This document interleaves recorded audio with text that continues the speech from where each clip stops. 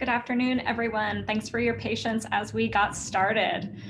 We are so excited to have you here today to do a deep dive into climate justice and how we might leverage leading edge technology to advance it. So really looking forward to the conversation. We have some amazing experts here with us today who are working at the intersection of energy, environmental sustainability, and social justice. My name is Dylan Siegler. I'm with Verizon. I focus on developing new ways to use the power of technology and networks to build equity and justice. And I want to just give a little bit of an intro before we get started. I want to leave most of the time to have our experts speak to you. They are working in energy, and energy is just one area that's fertile ground for the kind of next generation tech shifts that we're looking for in this challenge. It's a very important one. I want to spend a few moments on climate justice and why it's important. We know, I think everyone on this call probably agrees, that climate change is a global challenge and it impacts everyone. But the evidence shows that it doesn't impact everyone equally. Certain populations are at higher risk because of their race or their gender, their age, their disability, or their income. What's an example of this? A straightforward one is the wildfires that struck Paradise, California, beginning in 2018. Those fires did not discriminate between rich or poor or only strike people of color. But what did happen is that those who didn't have as many resources or who were already systemically at a disadvantage were less able to access information. They were less able to evacuate or find emergency housing. They couldn't afford medical care or go without work while their community recovered. A more complex example, perhaps, is fossil fuel power plants. So those plants emit greenhouse gases and they spew air pollutants that can harm those that are living nearby. But if we simply shut those plants down, people in the area are the ones who have to deal with the economic fallout and the loss of jobs. What I'd like to do is just give you a little bit of a sense of where we're going today. At Verizon, we really believe that technology and networks can play a role in helping communities survive as well as thrive as the climate changes.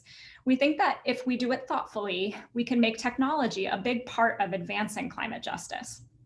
I want to be clear that we don't think technology is the solution to racism or to poverty or to other systemic issues. We do think that technology can be a bridge to help communities become more resilient to both the acute and the ongoing impacts of climate change, and that the more resilient a society we create, the more just that society has the potential to be. So without further ado, let's get going with our discussion. What I'd love to do is have each of our panelists introduce yourself briefly as you begin to respond to the first question, just so we can really kick things off quickly. Sonia, I'm going to start with you. So if you could introduce yourself, and then what I'd love for you to address is you work with the Clinton Climate Initiative's Islands Energy Program around the development of solar microgrids. And I would love it if you could talk about what intersections that you've seen between technology and climate justice in your work. Yeah, definitely. Thanks, Dylan. I'm Sonia Detweiler, and as mentioned, I'm with the Clinton Climate Initiative here at the Clinton Foundation. I work on our Islands Energy Program, which works with island nations to transition to renewable energy and energy efficiency and away from fossil fuels. And part of this is for mitigation, for climate change mitigation, but a big driver is the economic factors. Island nations pay some of the highest electricity prices in the world. Many of them do not have fossil fuel resource, so they're importing fuels from far away and paying a lot to do so. So a lot of it is an economic case.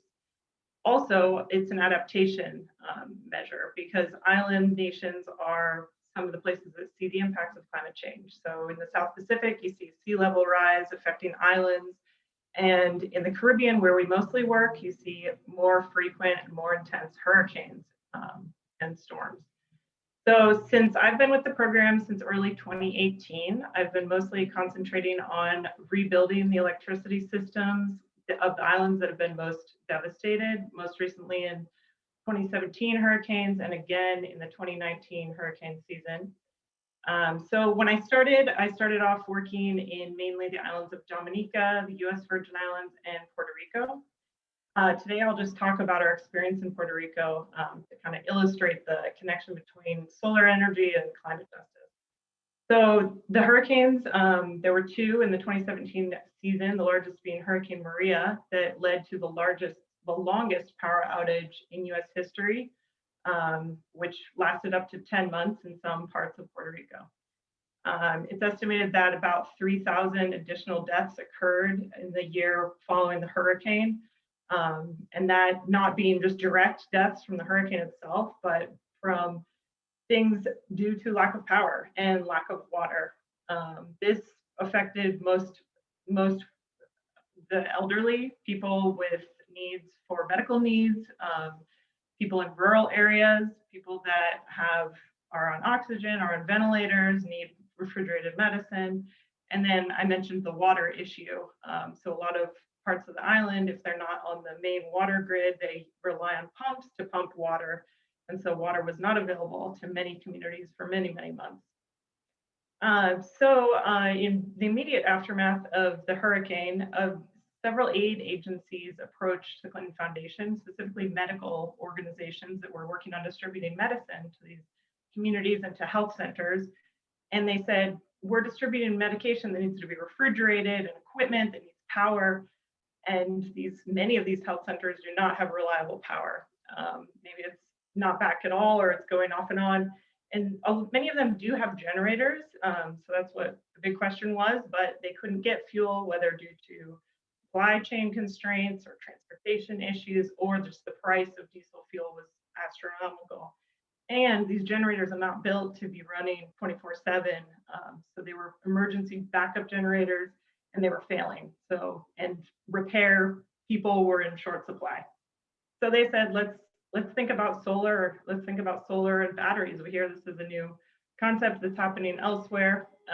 And so we worked with several different, mostly medical organizations and then their local counterparts, so the health clinics that they partner with, to distribute or to install solar and battery systems, and working with local installation companies, because Puerto Rico had a solar industry that's been going for several years. They have favorable policies in place for solar, but the batteries really were the new kind of concept, and not happening in many places except for maybe Hawaii and California, some places that have more solar, basically. So we worked with these organizations and the clinics to determine what parts of what electrical loads they would really need to power, because batteries are still expensive. They're relatively new technology, and they're still very expensive. So you have to weigh the cost benefit of powering your whole facility versus just picking out what are those very critical loads that you need when you have an outage. So many of the clinics and health centers chose refrigerators, obviously, for medicine. One of the more surprising loads was IT servers and connectivity. So they have a lot of their records electronic, and communication is super important. And some were installing satellite internet. So one of the main loads was really connectivity. And then air conditioning everyone wants, but the question is it worth the extra money to design larger batteries to power like air conditioning? And hardly ever is it at this point in the cost that we're at for batteries these days, except for where it's absolutely necessary. Say in a pharmacy where the medication is going to go bad if it gets too high of humidity. So as we were doing this, many battery companies were coming to Puerto Rico and trying to install their products too, sell their products. And there were lots of different organizations deploying batteries. So, to other critical facilities like police stations, fire stations, schools. And so it was interesting because many companies were seeing this as kind of a test bed to test their new product, to kind of work out the kinks. And I would warn against that, or to share some more experiences that happened. There were companies that were new that would come in, bring their product, and then they would shortly go out of business. And this was happening with installation companies too. They were they were coming up and then going out of business or not offering warranties or kind of making bad deals. And to the end users that have just been through a storm and are really looking for some kind of reliability, this is not a good thing. And we actually fell into this trap where we received some donated batteries, paid to ship them to Puerto Rico, and once they got there, they were dead on arrival. The company said, we don't support that product anymore. So then here we are on an island with equipment that cannot be disposed of properly. I mean, land is of shortage, so it's not great to be bringing in products that you can't dispose of. So, I mean, ideally, these companies would be based on the island so they could manufacture there, could recycle and have end-of-loop use solutions, and iterate based on local needs, because they don't know necessarily what the needs are of the climate, of users. So something to consider as you're designing solutions is how can you offer reassurance and reliability for the end users so they don't come away with a sour impression of your technology. This ruins not only your brand, but the technology as a whole. So maybe by partnering with trusted brands or offering warranties would be one suggestion I would have. And just a last note is that now we're working in the Bahamas because Hurricane Dorian in 2019 was catastrophic and the largest natural disaster to hit the Bahamas. So we're working in a different place at this point, but using lessons from Puerto Rico and actually using some of the same installers are teaching Bahamian installers what they've learned, although it's a different environmental context. So dealing more with flooding risk because it's a lower lying islands, and how to protect against that by elevating solar arrays and how to provide protection for the equipment from weather. So hopefully that helps give you an overview of what we've done in Puerto Rico and now what we're doing in Bahamas, and look forward to. Thank you. Thank you so much, Sonia. That's an amazing example of the way that employing local knowledge and stakeholders in every aspect of the project really ends up being key to being able to deploy those technologies in a way that is not only sensitive, but frankly, just functional. And I think that's actually a pretty good lead in to Donnell. And so Donnell, what I'd ask you to do is give a brief introduction of yourself. And then the question that I have for you is, with the creation of Block Power, in what ways has your platform and technology been able to really make building infrastructure more efficient for particularly under-resourced communities? And if there's anything you have to say in response to what Sonia brought up around that, really understanding your local stakeholder and working with on the ground individuals who know that stakeholder, it would be great if you could incorporate that just as an extemporaneous ad. Great. No, happy to be here. Super excited to connect with all of you. Learned so much from Sonia's briefing just now. I think at Block Power, we are focused on turning low-income buildings into Teslas.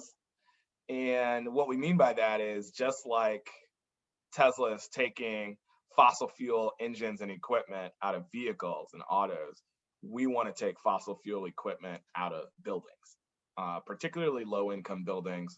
We want them to run on smart, 100% electric heating and cooling systems so that they're not bound to fossil fuels. And that's important because 30% of greenhouse gas emissions in the United States come from buildings. And if we could get all the buildings off of fossil fuels, it would actually be more impactful on greenhouse gas emissions across the country than if everybody drove a Tesla. And so greening the buildings is really important. And that, of course, includes low-income buildings.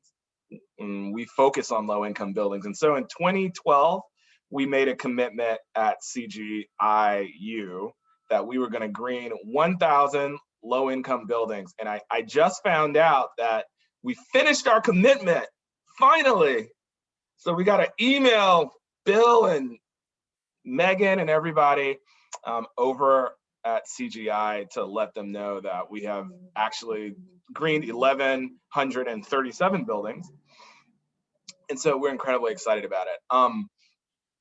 In terms of the technology, really the cold climate heat pump is like a silver bullet for climate change and greenhouse gas emissions in buildings. And so 30% of greenhouse gas emissions come from the buildings. We have to reduce the greenhouse gases.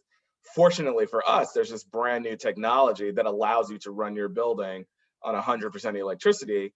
And it's called a heat pump, which is a terrible name. I mean, who wants to, that's not cool. A heat pump? What is that?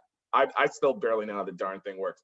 So we're coming up with cool new branding and advertising for that. But what it does is it uses electricity to heat and cool your building. It also can remove COVID-19 virus from the air and clean it with UV light. And so we're really excited about that technology. So we've built a bunch of software and financing that allow us to analyze buildings and figure out which buildings make the most sense to install these cold climate heat pump systems. So that's what we work on.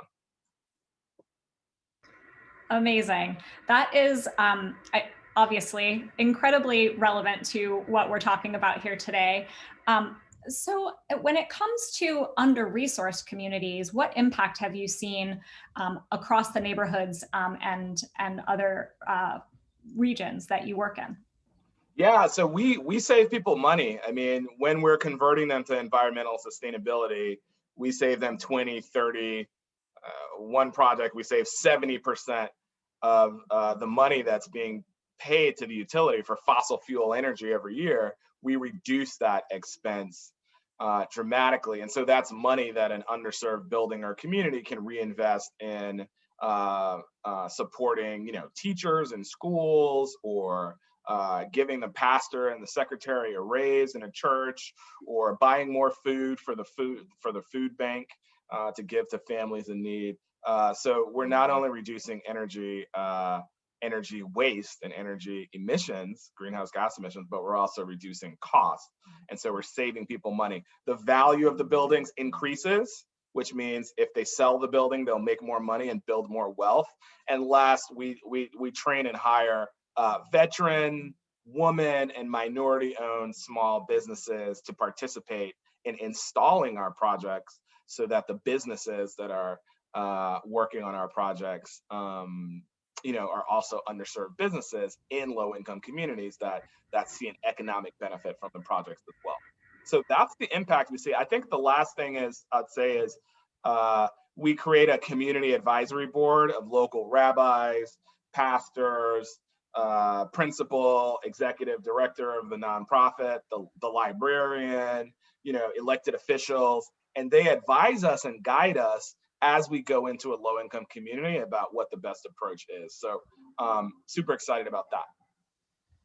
That's amazing. I have so many follow-up questions for both Sonia and for Janelle. I want to move on right now, though, to Chelsea. And so, Chelsea, if you could do the combo intro question answering, that would be great. And my question for you is, in your work at Native Renewables, what have been community responses to a transition that uses solar? Have there been barriers to adoption and use, and how have you navigated them, if so? Hi, everyone.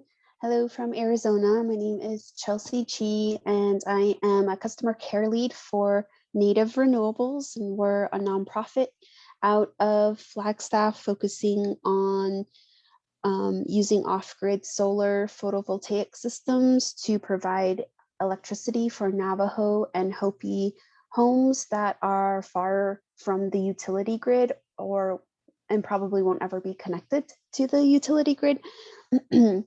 So with our work, we have seen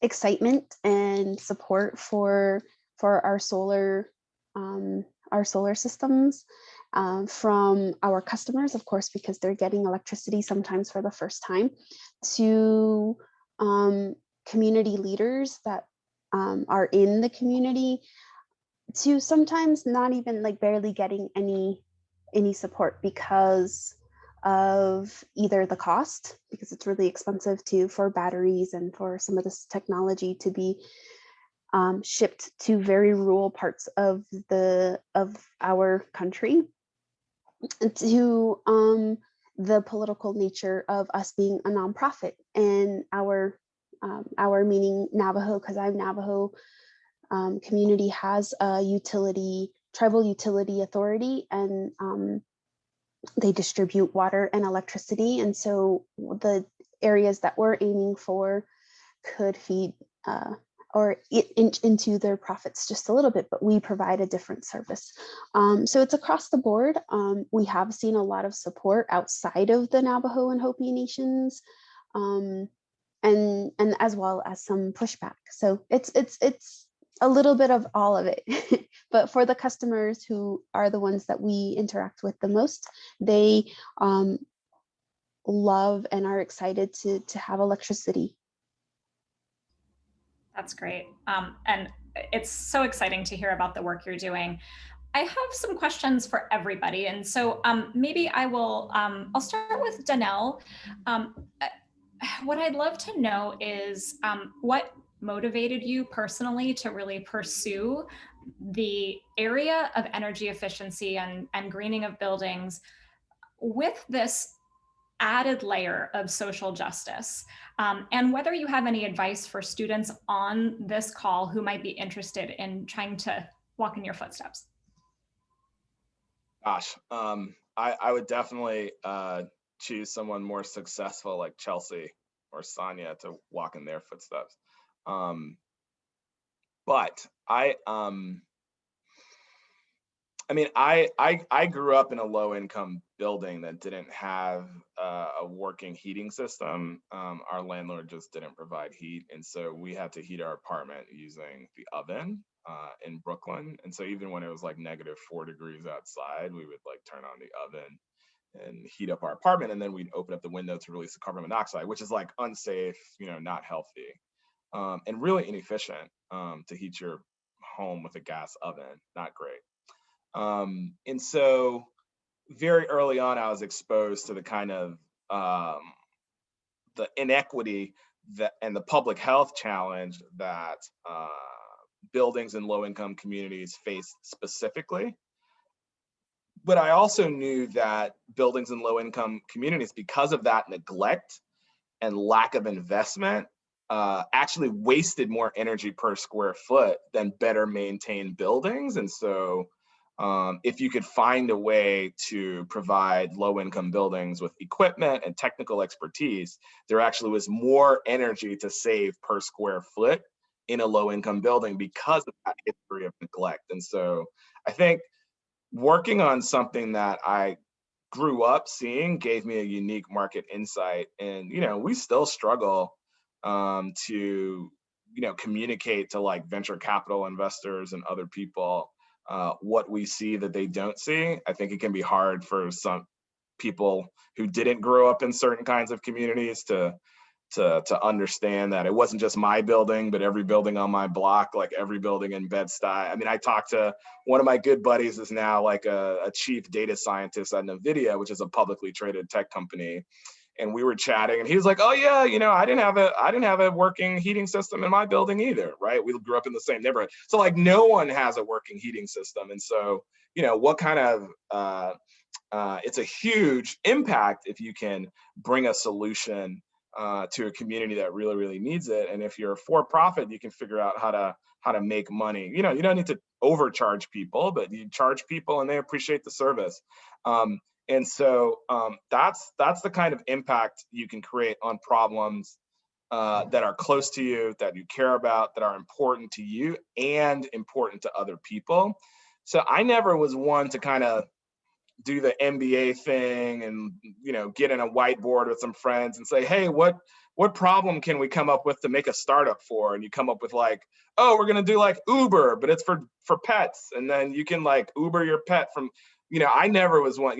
What is a big problem that's impacting real people and real communities, and do you have personal experience with that problem and or personal experience with the solutions? I would strongly recommend that you build around that. That's an amazing, I love how you used your experience to just solve a problem that you saw in your life. That's great. I know Chelsea unfortunately has to leave us, and so I wanted to give her just a quick chance to give any closing remarks. I think we're going to go a little bit over since we started a little bit late, but Chelsea, thank you so much for joining us. Any closing remarks or advice for the students? Yes, sorry, I have to jump off a little earlier than I expected, but I just wanted to say, in whatever solutions or tech you are creating, to think of, and I'm sure you already know this, like think of the end user, especially if they're from a perspective that you're not from. It's going to be difficult and challenging. And I would encourage you to think about who those end users are and try to get them on the team in some way, because they're going to make whatever product you are creating fit even better the needs that they have or we have. The other thing is to think about the infrastructure that would be needed for whatever tech you're creating, because a lot of the areas in our communities and across the country don't have the infrastructure sometimes to power or use, or you may create the greatest solution, but if you don't have electricity to power the tech that you're creating, then where does that lead to, or are you even really creating a solution for everyone, right? And that's also a bigger conversation. The last thing, and I just thought about this, was thinking about self-powering tech. So technology that doesn't have a cord and doesn't have to be connected to or charged through an outlet. Anyway, but thank you so much for being here. Visit our website, native, NATIVE, renewables, renewables.org. And thank you all and good luck. Thanks so much, Chelsea. We've got a couple more minutes, given that we started a little bit late. And I wanted to actually sort of pick up both on what Sonia had talked about at the beginning and a little bit where Chelsea was just headed. Sonia, you spoke about a particular instance where you ended up with a piece of technology that was not going to work for you, that was not going to be supported, and that ended up just being a big piece of toxic waste in a place that could that really didn't need it. And so I'm wondering if you have any thoughts on how students can approach really looking at unintended consequences. What are, I think it's sort of in the larger sphere of measuring your potential impact, but of course, every positive impact might have another side of the coin. So any advice to students on how to kind of head those problems off at the pass? Yeah, that's a great question. I think really looking at the full life cycle of your product is important. It's yet to be seen what the effect of all our renewable energy technologies are going to be doing in the future. But I would say the companies that are thinking about that are the ones that are going to be successful on how to take back the products and how to recycle them. So looking at the whole life cycle, consulting with local stakeholders, we've heard this over and over again, but I can't express how important that is, because otherwise you deploy technology that doesn't work for their needs. So really understanding what the key needs are and not just pre-prescribing a technology that already exists, but really understanding through interviews and through being there in the community. I mean, CCI is not, we're based in New York. We are not based in the islands. So we rely heavily on partners. And so I think identifying those key partners at the outset is really super important, and working with people who actually live there and are going to use this technology. That's really helpful. We are about at the half-hour mark. I wanted to give just another chance for Danelle and Sonia to provide any closing thoughts. If you, you've each given some really great specific pointers to students who are going to be sort of the earliest stage startups in kind of completing this challenge. Any other thoughts that you'd like to communicate to them from your own experience about pitfalls, any opportunities that you see, anything that you want to add? So I'll go to Danelle and then to Sonia. One, I think the work that Sonia is doing is amazing. Sonia, my parents are from Guyana in South America, that part of the world, and my general manager's family's from Barbados. My best friend's from Trinidad. If there's anything at all that we can do to support what you all are working on, we're super interested in doing that. We're exploring how to finance some solar projects in Haiti, Nice. as well as in Puerto Rico, solar on some hospitals, and so would love to be supportive if I can. You know, in closing, I would say I think that, you know, Silicon Valley, for all of its flaws, actually really believes in young people and talented young people as vehicles to change the world. There's a lot of like mentorship and coaching and great advice that they have on offer. And so if you're really going to go for it and solve a problem, I would take a look at Y Combinator and some of the essays that Paul Graham, G-R-A, like graham cracker, Paul Graham has written at Y Combinator about things to think about as a young person, as a young entrepreneur that's in a leadership role. It's been incredibly helpful to me over the last few years. And so I would offer that to you all, and happy to follow up with the Clinton team to send some links to a few essays that I think are really, really good and could be really helpful. Thanks. Yes, Donnell, definitely. We should connect, because energy efficiency is something that is a hard nut to crack. And so would love to get your help with that. I really applaud what you're doing, because it's not the sexy part of mitigation, but it's super important. So installing solar is only part of the equation. Really reducing the need for energy comes first. So appreciate the work you're doing. And my advice would be, focus on the core issue. Like, don't try to prescribe a solution to an issue that doesn't exist. And this might mean going outside of your sector, speaking with people in other sectors. I mean, the work in Puerto Rico we're doing came from the health sector and came from organizations that don't work in energy at all. But now they are working in energy because of this core issue that they saw.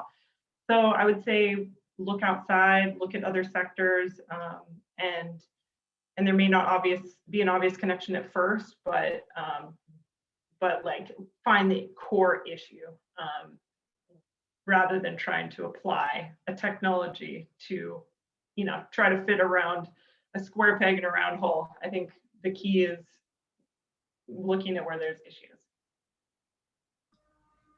That's great. Thank you so much.